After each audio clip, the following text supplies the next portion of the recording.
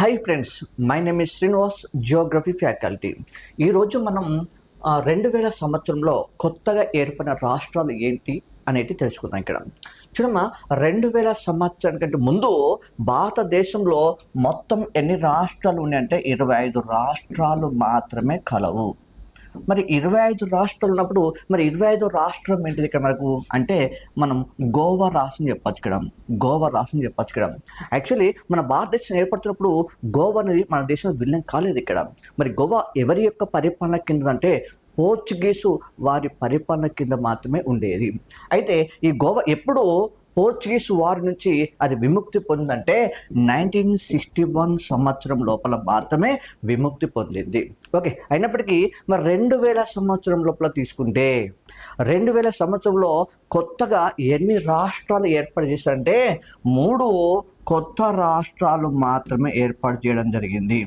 So ఏంటి అమ్మ ఆ 3 కొత్త రాష్ట్రాలు అనేది తీసుకుంటే, సో ఒకటి వచ్చేసి ఏంటో మనం ఛత్తీస్గఢ్ రాష్ట్రం చెప్పచ్చు ఇక్కడ. ఛత్తీస్గఢ్ రాష్ట్రం చెప్పచ్చు ఇక్కడ. రెండోది వచ్చేసిందో మనం ఉత్తరాంచల్ అంటే ఉత్తరాంచల్ రాష్ట్రం చెప్పచ్చు ఇక్కడ మనం. సో మూడో ఏందో జార్ఖండ్ అంటే జార్ఖండ్ రాష్ట్రం చెప్పచ్చు ఇక్కడ. ఈ 3 రాష్ట్రాలు మాత్రమే ఏతుని 2000 సంవత్సరం లోపల ఏర్పాటు చేయబడ్డాయి ఇక్కడ. అయితే దీనిలో ఛత్తీస్గఢ్ తీసుకుంటే ఇది ఏ రాష్ట్రం నుంచి విడిపోయిందంటే మధ్యప్రదేశ్ రాష్ట్రం నుంచి విడిపోయింది. దీని రాజధాని ఏదటంటే ఇది ఏందో రాయపూర్ ఏందో దాని యొక్క రాజధానికి ఇబ్బంది అవుతుంది. అదేవిధంగా ఉత్తరాఖండ్ రాష్ట్రం తీసుకుంటే ఇది ఏ రాష్ట్రం నుంచి విడిపోయిందంటే ఉత్తరప్రదేశ్ నుంచి విడిపోయింది.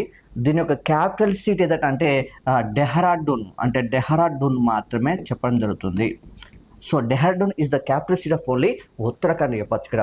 నెక్స్ట్ జార్ఖండ్ తీసుకుంటే ఏందో ఇది ఏ రాష్ట్రం నుంచి విడిపోయిందంటే బీహార్ రాష్ట్రం నుంచి విడిపోయింది.